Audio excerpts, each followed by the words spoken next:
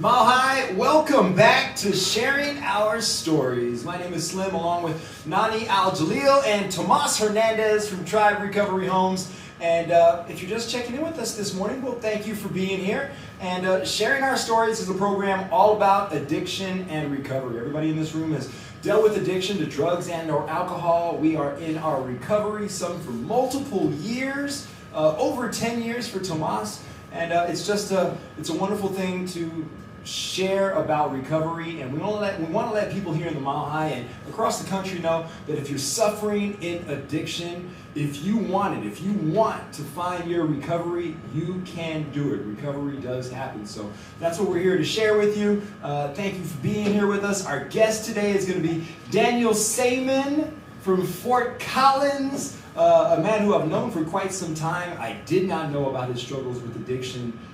Well, I shouldn't say I didn't know, but I didn't know the full depth of it. The full extent.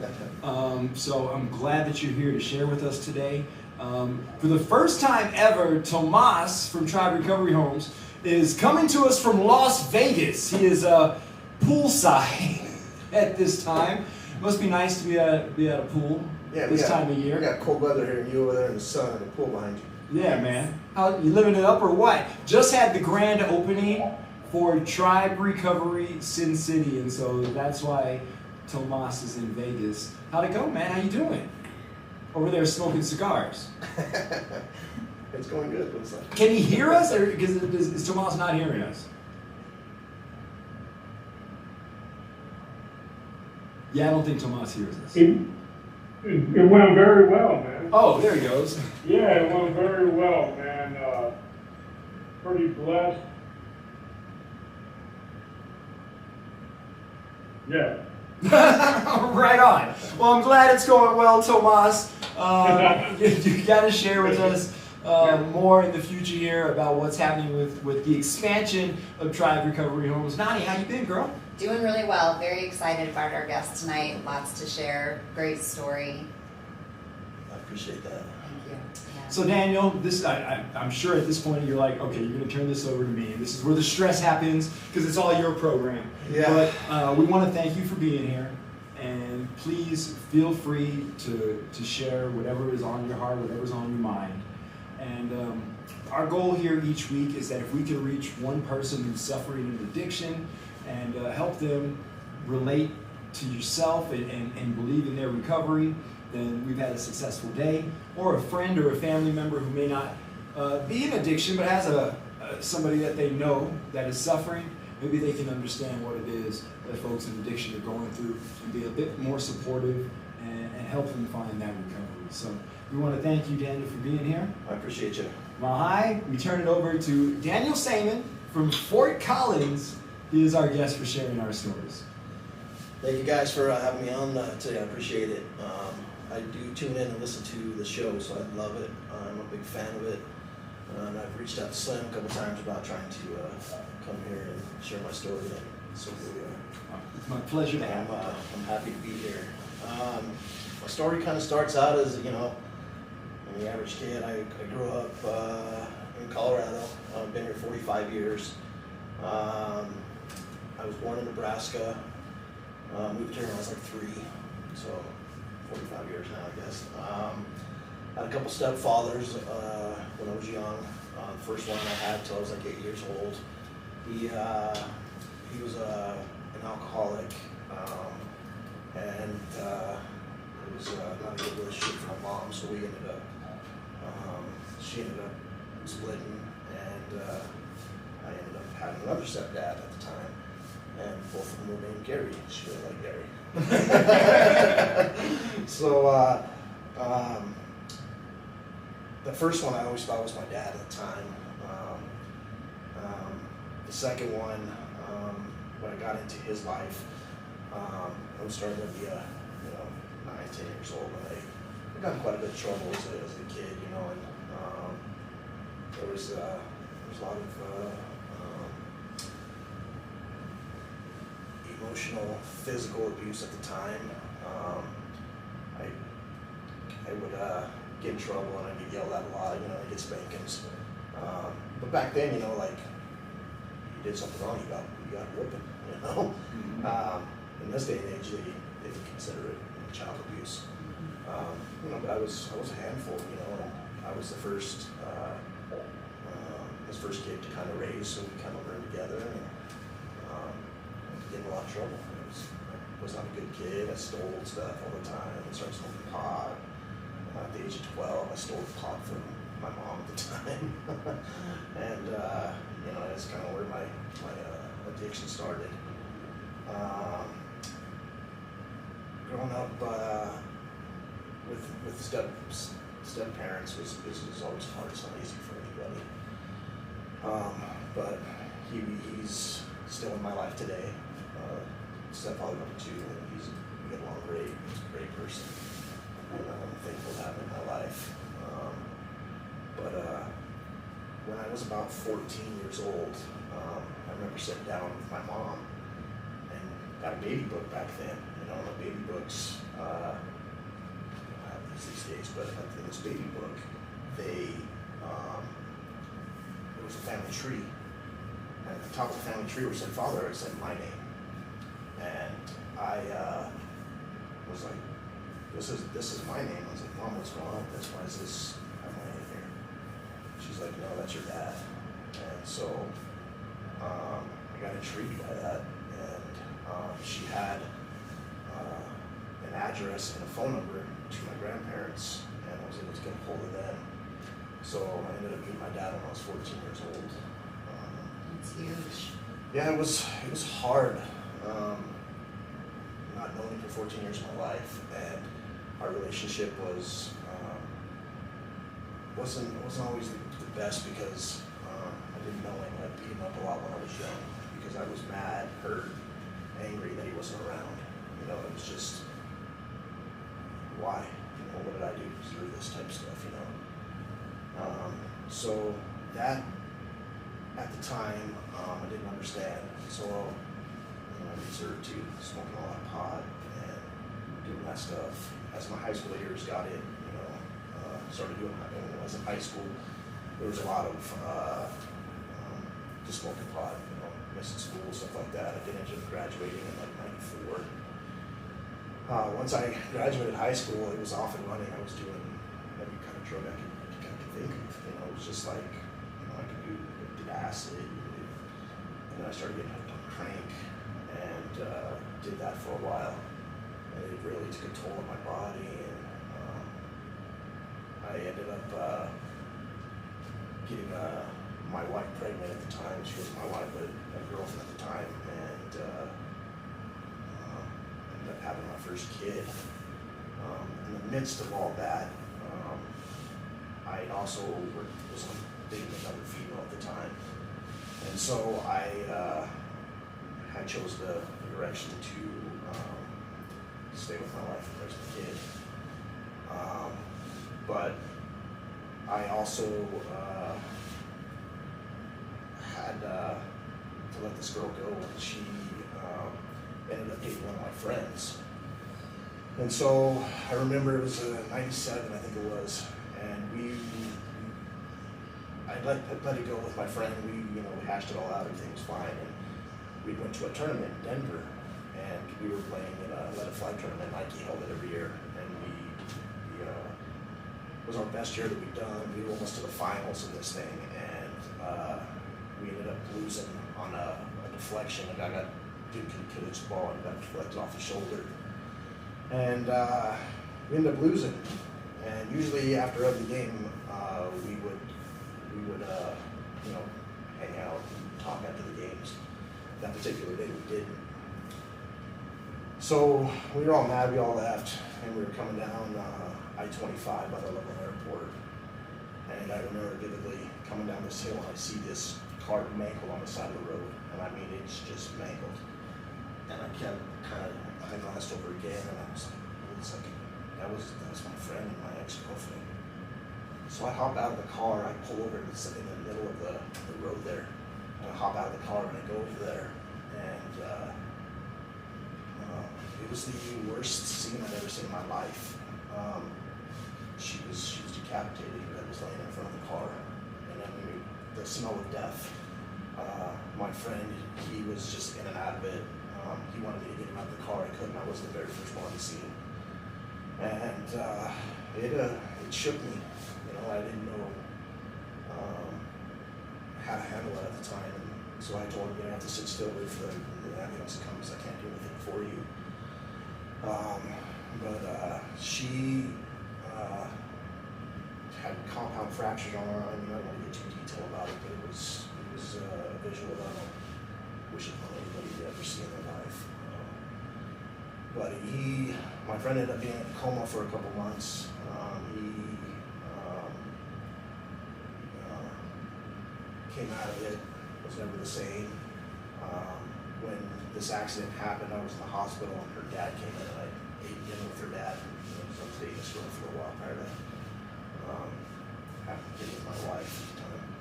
And I had to tell her dad what had happened.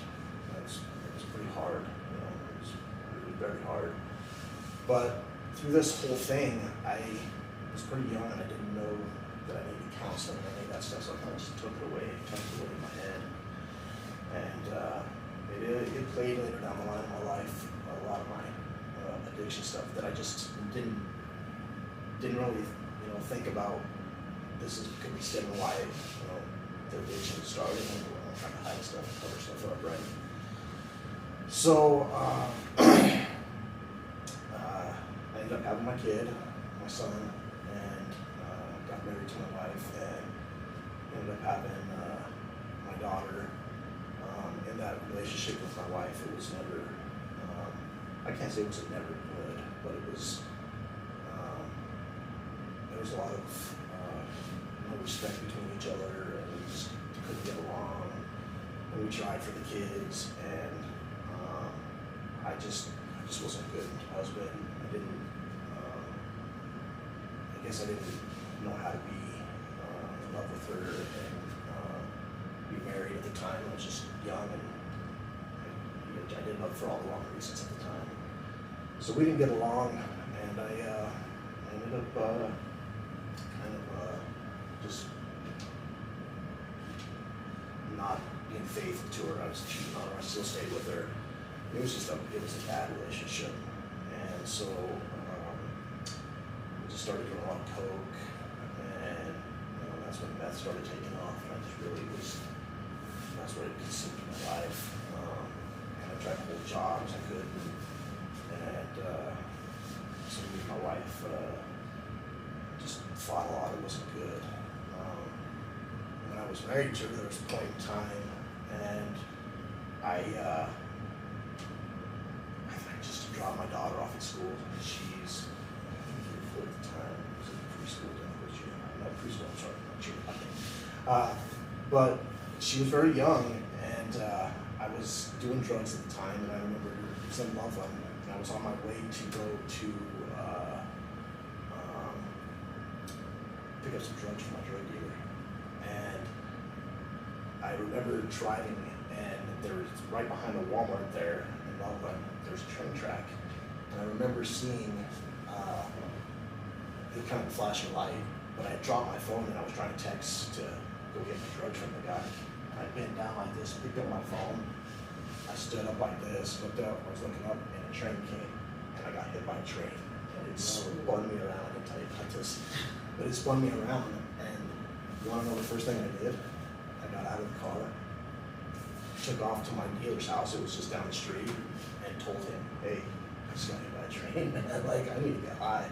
Those are the things that we do, right? Yeah, that's what I did. So he couldn't believe it.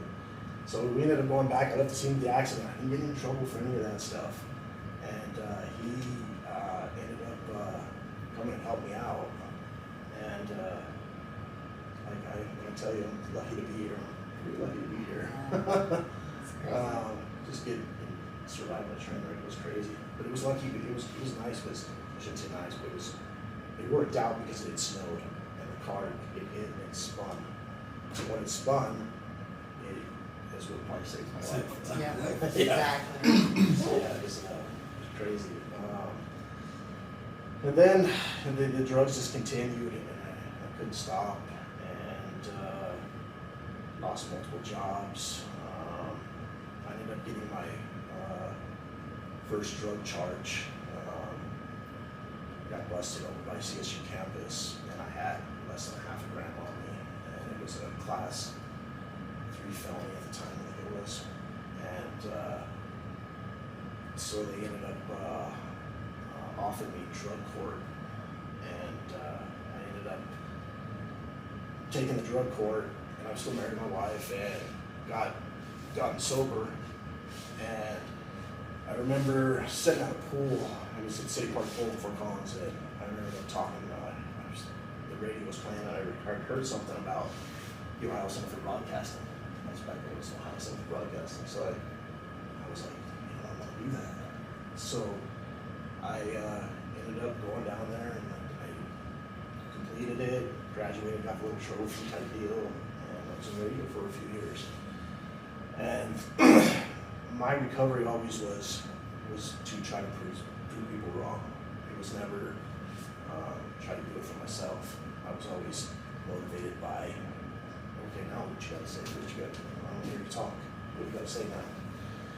So I got into radio, and it comes with radio. It comes the partying part of it, because we had an amphitheater, so we had concerts all the time, and what came with that was the attention, and the attention is what I thrived for, because I didn't have it.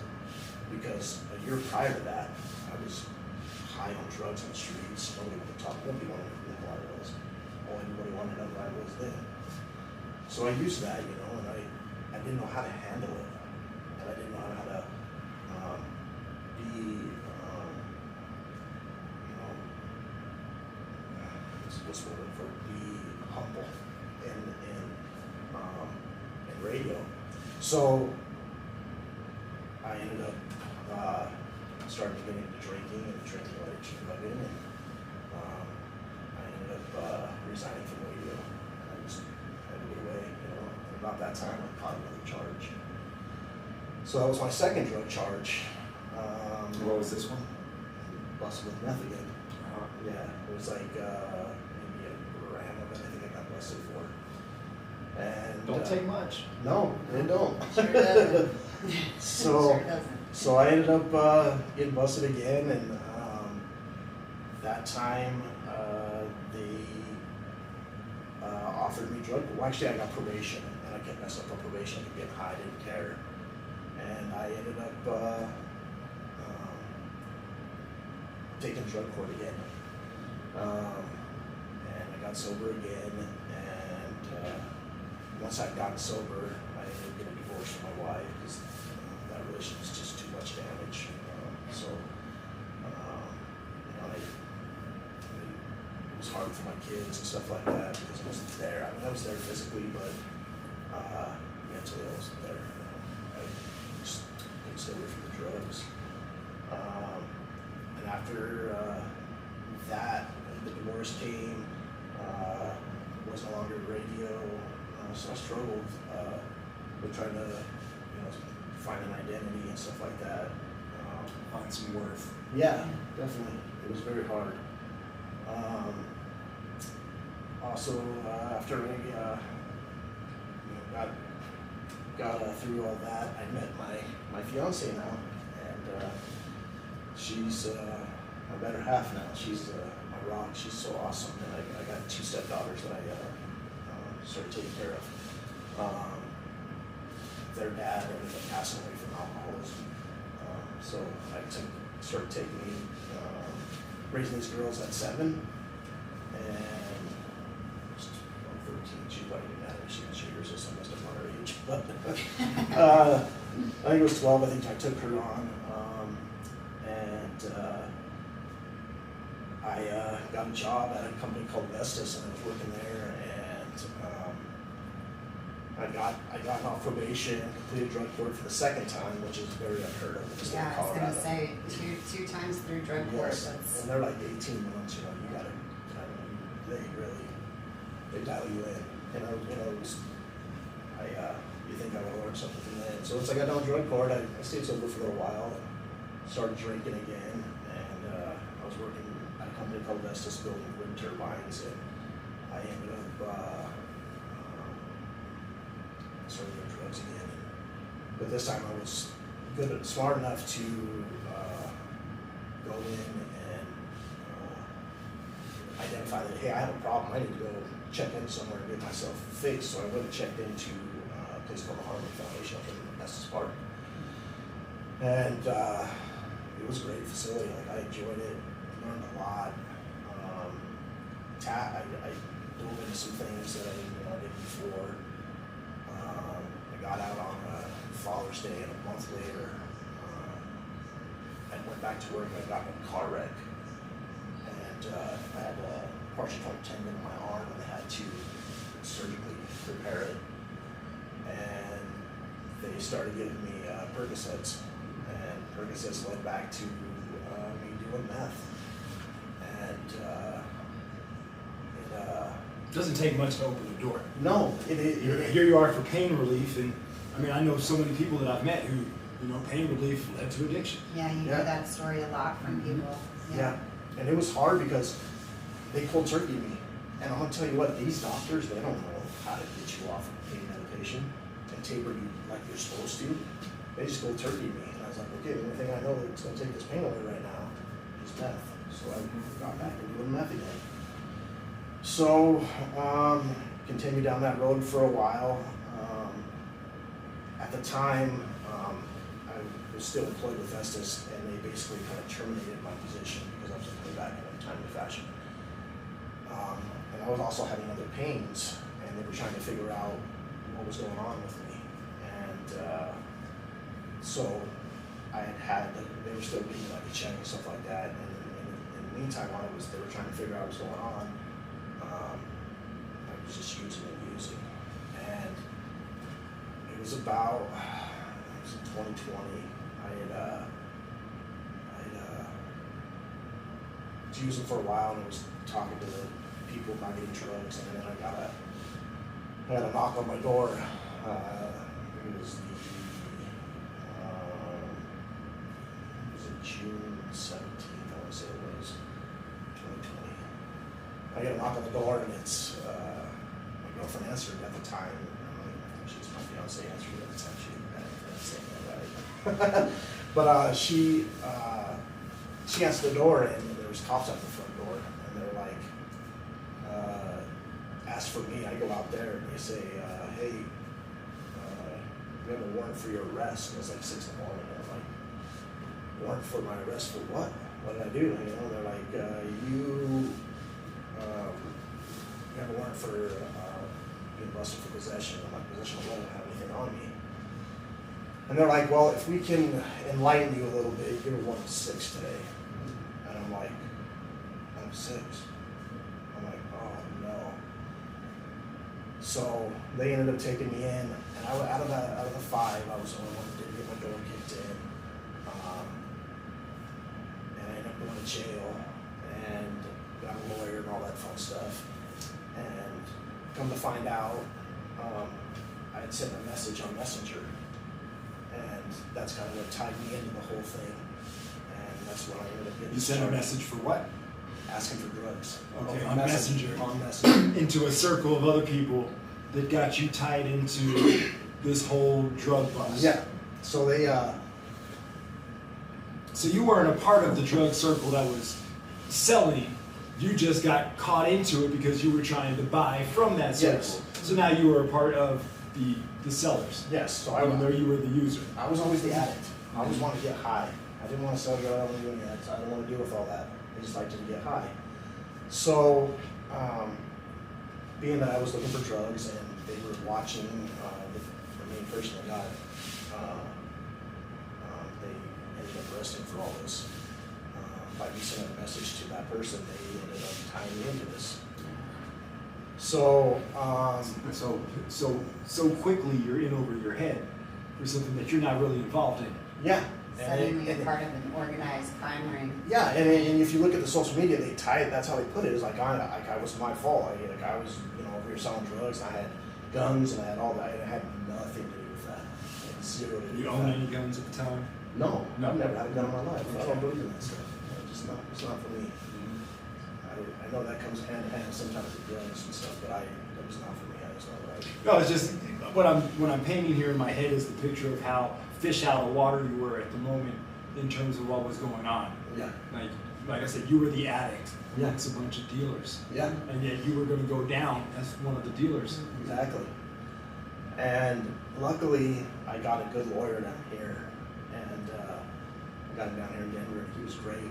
And he kind of just helped me through the process. And he's like, you know, they were coming back at me trying to get me to talk about things that I had no clue. I didn't know what the heck was going on. I didn't know. I never asked where this was coming from. You know, I just wanted to get high. But they were trying to get me tied into talking about things that I didn't know anything about. And I had a great lawyer. He's like, you know what, man? He said, this is how we're going to play this, all right? He's like, we're going to go ahead and let them charge her, put her in jail, and then we're going to come back to them and we're going to say, now what? So they ended up charging her and stuff like that, and I came back and I ended up, this is the third time I'm going to get busted in this meth stuff.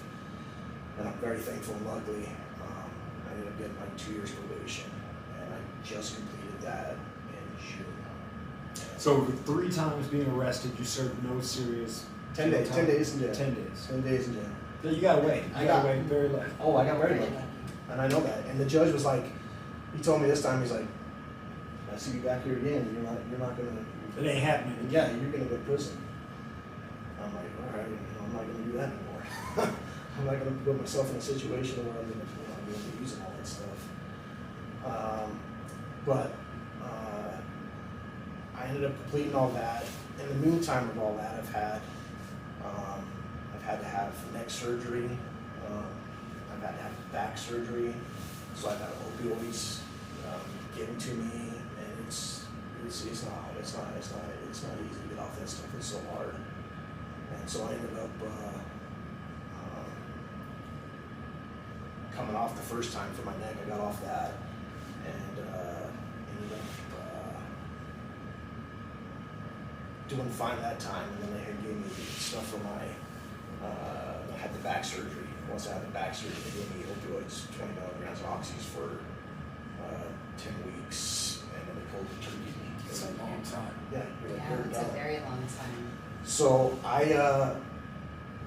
had to go check into a clinic in Fort Collins to have them help me taper off because the doctors were trying to guinea pig me. So let me try to do this. Drop me 5 milligrams, 10 milligrams, all that fun stuff. And I ended up getting a shot in my stomach, and it's helping me get off that. I got a Sublocade shot basically. It's like 30 days, and it's going to taper me off of it. We get 300 milligrams. I'll go back and do another one, and I'll be done with that. I'll be completely off the Sublocade shots and all that fun stuff. So it's been rough. In the meantime of all this stuff going on, in the last two years, I went back to school and got my cat because I wanted to help other people. I wanted to share my story and tell them, what I went through, and just try to help, educate people on disease and addiction and what it does to you.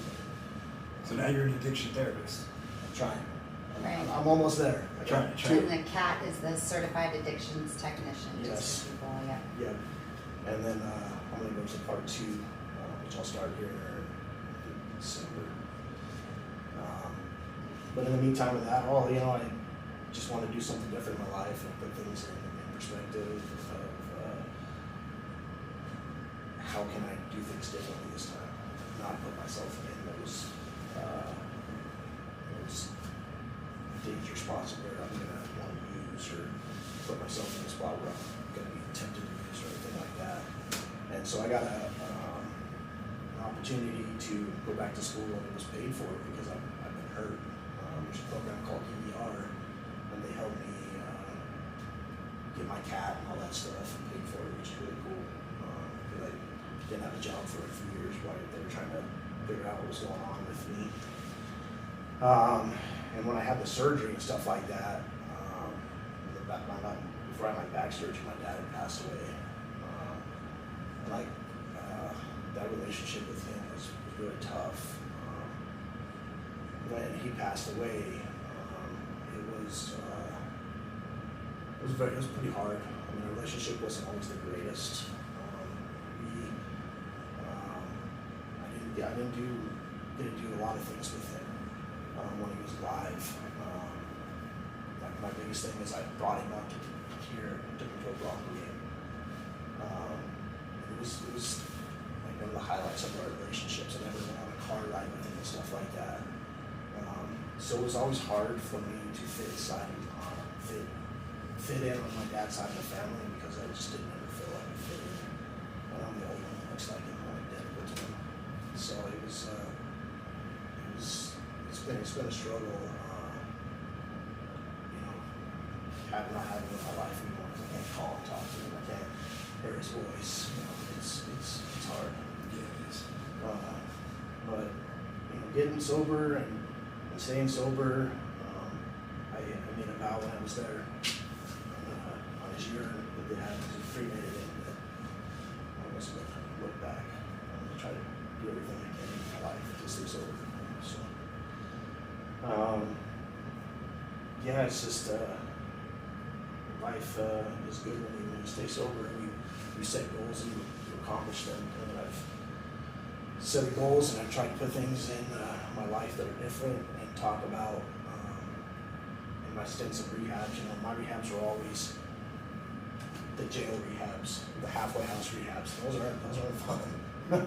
You're sleeping on cots. I mean, it's terrible, But and the jail rehab is against your will, so it's not Yeah. necessarily what you want. Yeah, It may not be on your agenda. exactly. But I'll tell you what, they worked. Uh-huh. They worked for me because I knew You were open to it. Yeah, because you just get, there's that whole sick and tired of doing the same thing over and over, insanity. So what would be the catalyst for your sobriety, for finding your recovery? What would be, so that from that day when you finally said, you know what, I'm getting clean now, and it's been that way since then, what was the catalyst for that day? To be honest with you, it was getting my face posted all over It was the fear of jail. I kind of sensed that, but I don't want to put words into your mouth. Yeah, definitely. It was the fear of Incarceration. Yes, I don't want to be in jail. It woke you up. Exactly. It woke you up, and you start thinking, oh, maybe I should make a change. Exactly. And then you wanted it. Exactly. Once that fear hit you, Exactly. I ain't mad at you. Yeah. Not at all. It's relatable to a lot of people that are listening. Yeah. That, hey, you know what? I didn't want to go to prison. I got clean. Yeah. And it's also the sick and tired part of it. It's the sick and tired of doing the same thing over and over and expecting a different result. Because it just never happens. It's always the same end result. You know what I mean? And growing up, we were never taught that, hey, you drink, you smoke pot, you do this or that, you're gonna, you may be an addict. What are you doing? It's a party. We're gonna have a good time. I was having fun. We're in our 20s, enjoying life. Exactly. And even in your teens, I mean, when it all starts, you're just like, I'm just having fun. Yeah. And then it turns my into- alcoholism started as fun. It didn't start as alcoholism. No. Exactly. And you're not. I remember at high school and they had those assemblies and they're talking about don't do drugs, this and that. Yeah, whatever. You listen to it, whatever. And until you get older, and then it becomes a habit. And it becomes, first it's an addiction, then it becomes a habit. You know what I mean? Mm-hmm. Or vice versa. And it always ended up for me. I couldn't control it. I didn't know how to control it. And rehab is one of the things it took for me to try to figure out how to live as an addict. That's part of my story. You know what I mean?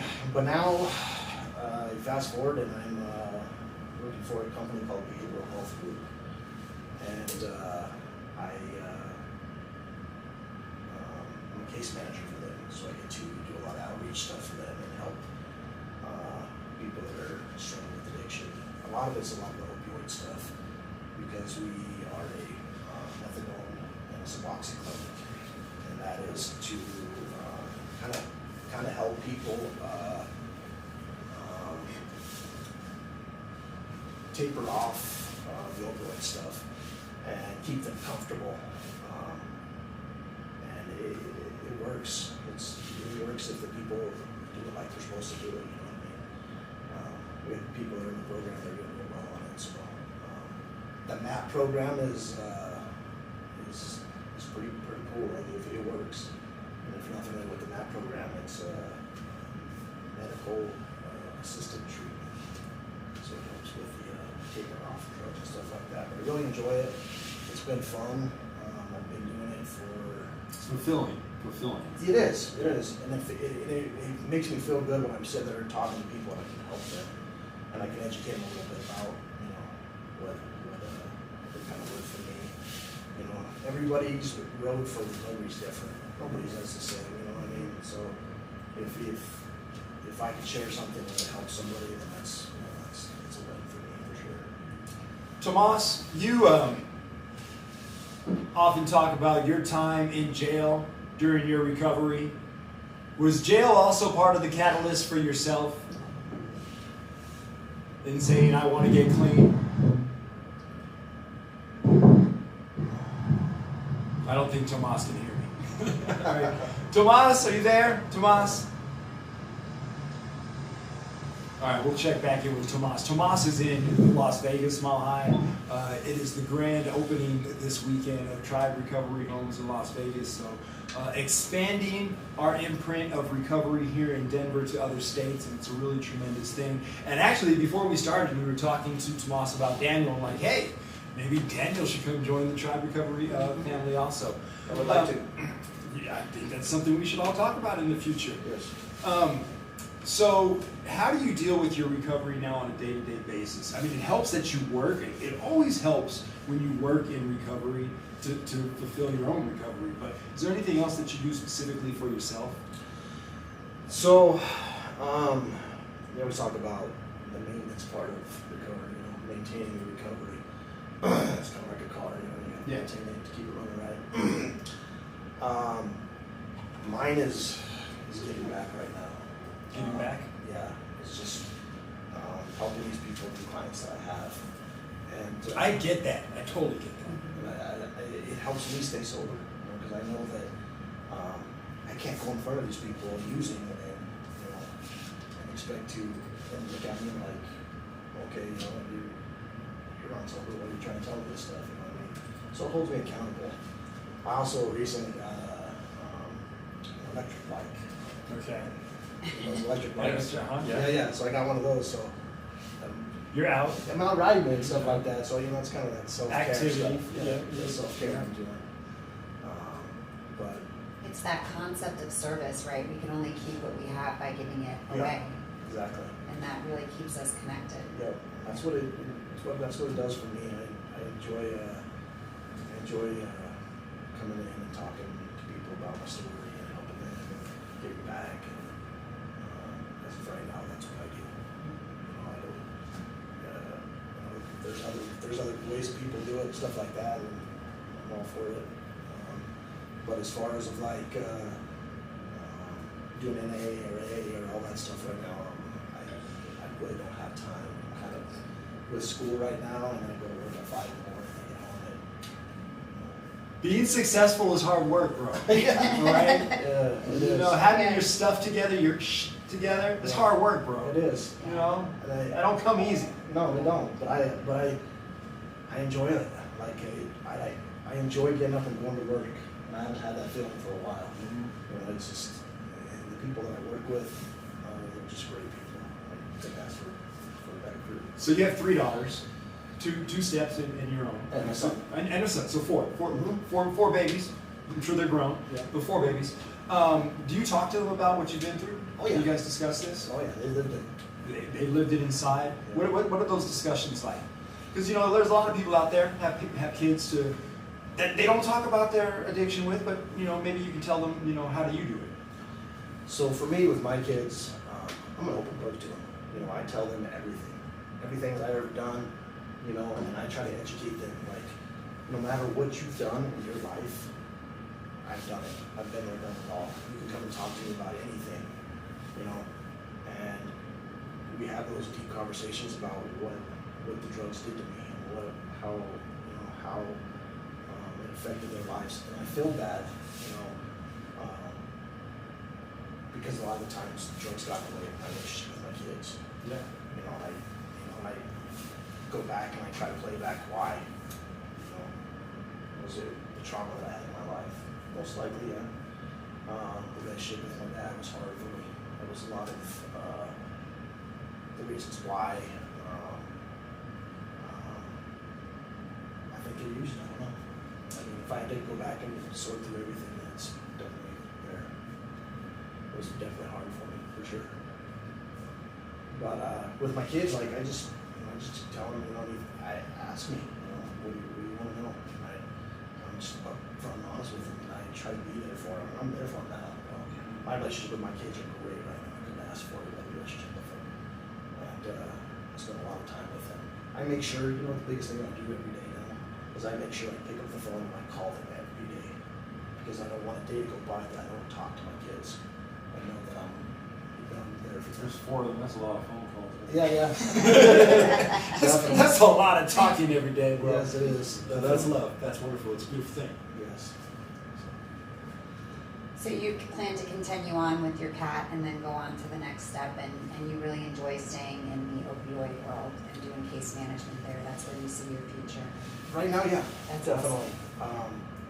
But my big goal is I really want to do is counseling. I want to do the counseling part. Continue on with counseling. Yeah, that's what I want to do. And more counselors are needed out there. Yes, that is a booming industry right now. Booming industry. Yeah, it's left and right. I get notifications from Indeed all the time. Yeah. Telling me, hey, there's another opening here, there's another opening there.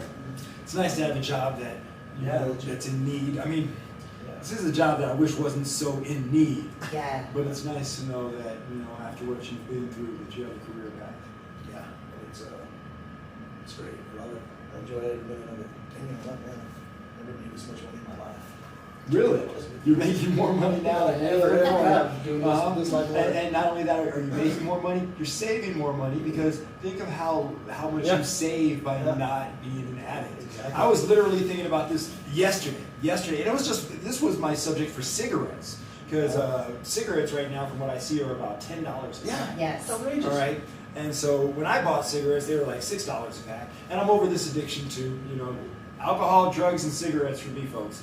But cigarettes were $6 a pack, a little over that when I was buying them. But you never just bought a cigarette. You bought a cigarette and 2 Red Bulls and a bag of candy or something else and a lighter or whatever.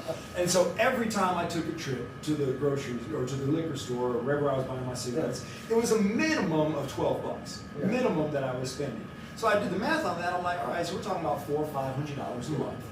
Just on cigarettes. That's just cigarettes. Yeah. We didn't get to the alcohol that I'm spending $20 to $30 a day on, which now we got another $600 to $900, I believe, is what I did there. So now we're looking at about $1,200 roughly. That's probably a low estimate on just cigarettes and alcohol. We can mix in the cocaine and marijuana in there too, and add that. But those were my big vices, were alcohol and cigarettes. So I'm still making the same amount of money I made before, but now I actually have money. Because I got $1,200 that shows up every month that doesn't go to alcohol and cigarettes. It's amazing. And it's like, now people go, oh, so how come you like to buy clothes all the time? Because I got $1,200 every month that I can give to a good addiction called looking nice. Yeah, exactly. Yeah. So, you can think of all the money that you're saving while making more money than ever before. Exactly. So you really feel like a rich man. Yeah, I like that healthy addiction. I'm a shoe fanatic. I like shoes. Healthy, you have a shoe fetish. You do, and which I do also. We talked about that a little bit. I have a fetish for Vans. And a clothing and shoe fetish can also become bad addictions. They can. When you start, but they're not going to get you in trouble. But when you start spending money that you should be dedicating to your family or something, that's when you know it's a bad addiction. Is it going to get you sick and put you in the hospital or in the grave? Probably not. Get you divorced? Possibly. All things in moderation. All things in moderation, including your clothing addiction. But I will never ever put your clothing addiction on the same level as drugs and alcohol. It's just it's not going to mix there. Your food addiction, we can talk about on the level of drugs and alcohol. Yes. We can talk about your That's food real. addiction there, and I will accept and understand, even though so many people will say, no, it's a completely different addiction. It's not like drugs. to that person suffering with an addiction to food, Oh, it it is. is That just is like real. a drug, Yep. and It's it is, scary. and they're saying to themselves, my addiction is going to kill me also. Yep. You know, so. Yep. That It is definitely very will. real. And I know right now somebody said, for the first time ever, you guys talked about food addiction. And I don't want anybody out there that's listening to think it's not something we think about. It's just not our wheelhouse, Yeah, it just hasn't been brought here yet. you know? But if somebody's listening, you're going, well, bring me in. Mm, Please contact Nani here, Yeah. share Yeah. your stories. yes. It's all. Daniel, so connection. you're at 3 years? How long now? So, And you're getting the shot, you said. I want to ask you about that. Yeah. So, but you're at 3 years since you. I'll be 2 years. 2 years, okay. 2 years on 12/1/21. All I right. was on my sober date, I'm sorry, so this year will be 2 years. Awesome. Nice, Yes, man. Nice. congratulations. So tell me Yes. about the shot that you said that you're receiving in your stomach. What is that shot for again? So when they tapered me down, And this is tapering you off the of pain medication that I Okay. had for a back surgery. Okay, yes. So they sent me to my primary doctor, and he didn't know how to. He's like, I don't know how to do this, man. And so they were dropping me down to 15 milligrams of oxys and then 10. And I was miserable. And it wasn't working. Because there's somebody listening right now going, I have a pain medication problem. Maybe this is a solution. Yep. So what I had a buddy of mine that told me about you could go into clinic and they help you with this road of Suboxone. And so I was like, I'm interested in this because this doctor doesn't know what he's doing, and I've been a guinea pig basically, just kind of a roller coaster ride. And he's like, go in there and talk to them, and they'll help you out. So basically, what they did is they gave me Suboxone for I don't know, three weeks. I think I did that. Okay. And then they did, once I started to level out, basically what it does is it levels you out from the opioid addiction, so you're not getting sweats, so you're not getting sick and all that stuff. So it levels you out, and then once it levels you out, then they can start to taper you down off of that. I asked them for the shot. There's a 30-day shot that they can give you, and it's called a supplicate shot. And Oh, what's it called? What? A supplicate shot. Supplicate. Okay. And So, basically- so this is different from Suboxone. Yes. Okay. Yeah.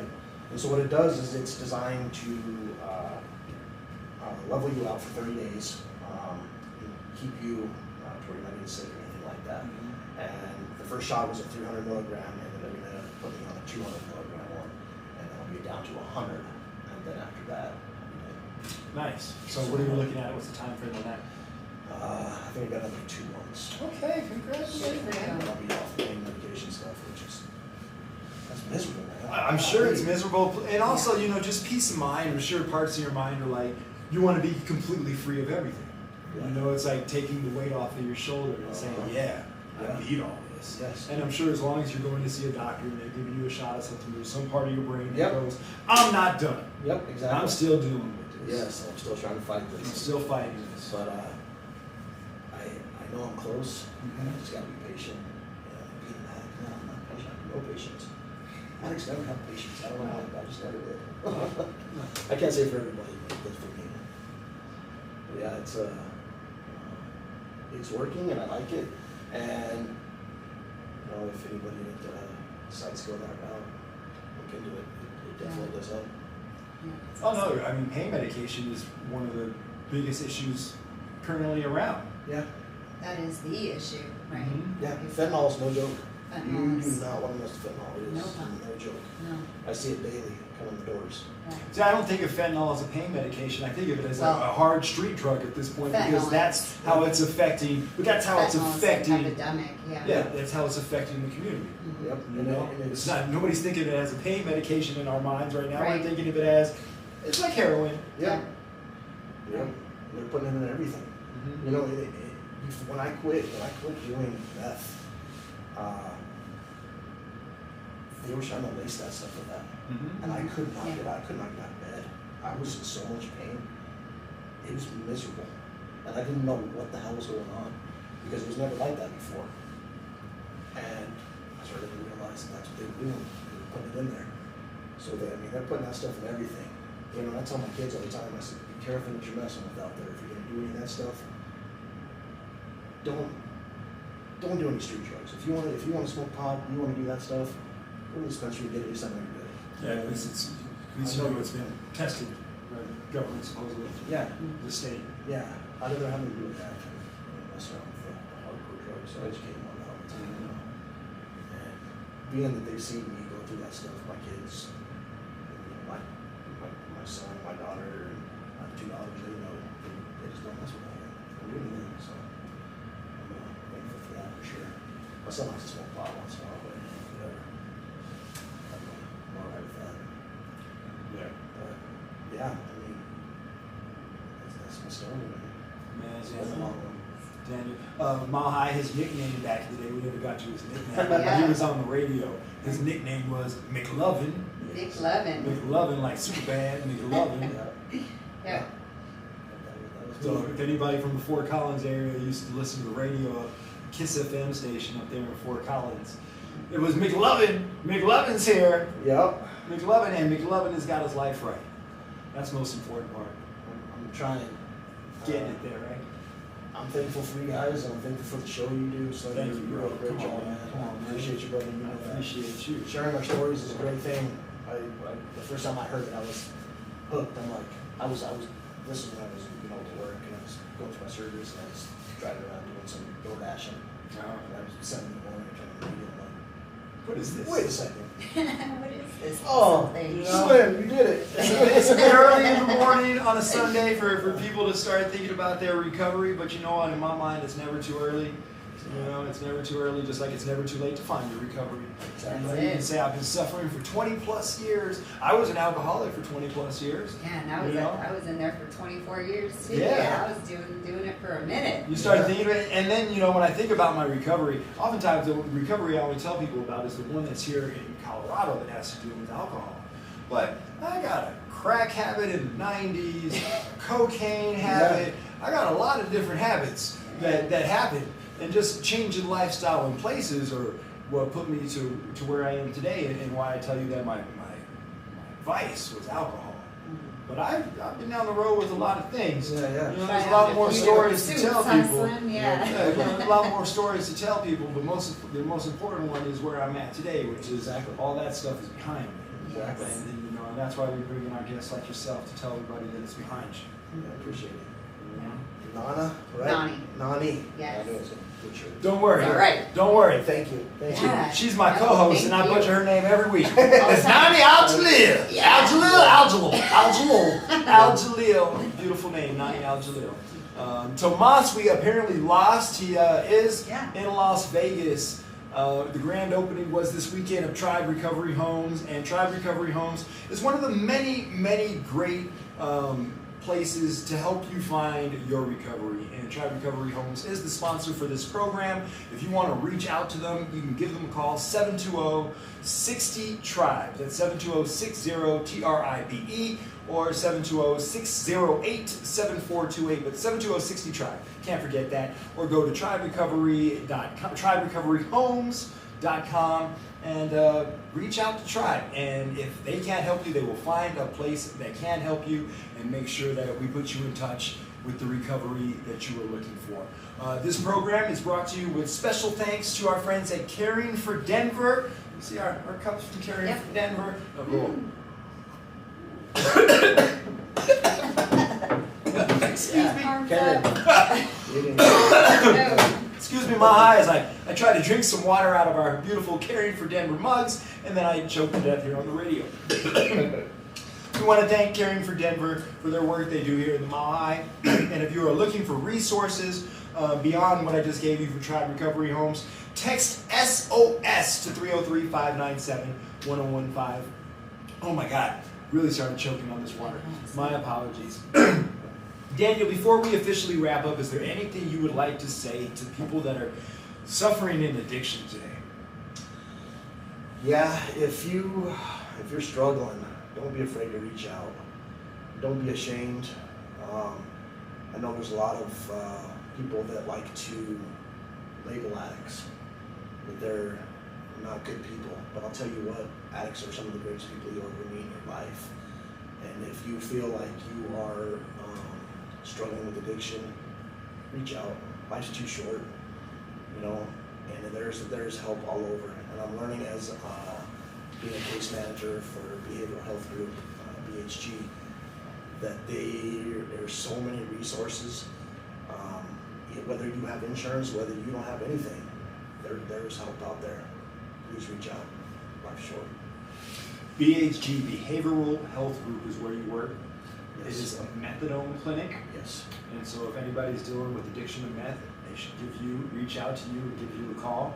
It's more for the opioids. Opioids? Yep. Okay. So it's to help with opioids. Okay. But yeah, reach out. There's one here in Denver too. All right. You see, sometimes I just don't know my drugs. It's all right. We learn. What is the way to reach out to you for Behavioral Health Group? So it's going to be Daniel dot Saighman, and you can spell it Saighman at bhgrecovery.com. All right, Daniel.Saighman, Saighman, at bhgrecovery.com. See, if I can remember it, Maha, you got it too. Definitely. All Reach right. out to me. All right, and if you're looking for any of this information, you want to know how to reach out to Daniel, you can find it on our Facebook page, facebook.com/SOS Sharing Our Stories. You can find it on our YouTube page. If you're on our YouTube page, subscribe and hit the notification, all that stuff. You know what to do so that you can find us all the time and help us grow this page. And of course, you can also find us on jammin1015.com and flowdenver.com. Nani, Yes. my girl, Yes. I appreciate you. Thank you, Slim. It's just you and me. Same We with lost Tomas. We lost Tomas. We lost Tomas, but it's just Yeah. you, me, and the man of the hour, Man of the hour. Daniel. You got It's a any? great story. Yes. Yeah, thank you so much for coming on. You really do. It's a great story, and thank you for what you do. I appreciate it. Thank Yeah. you guys for having me.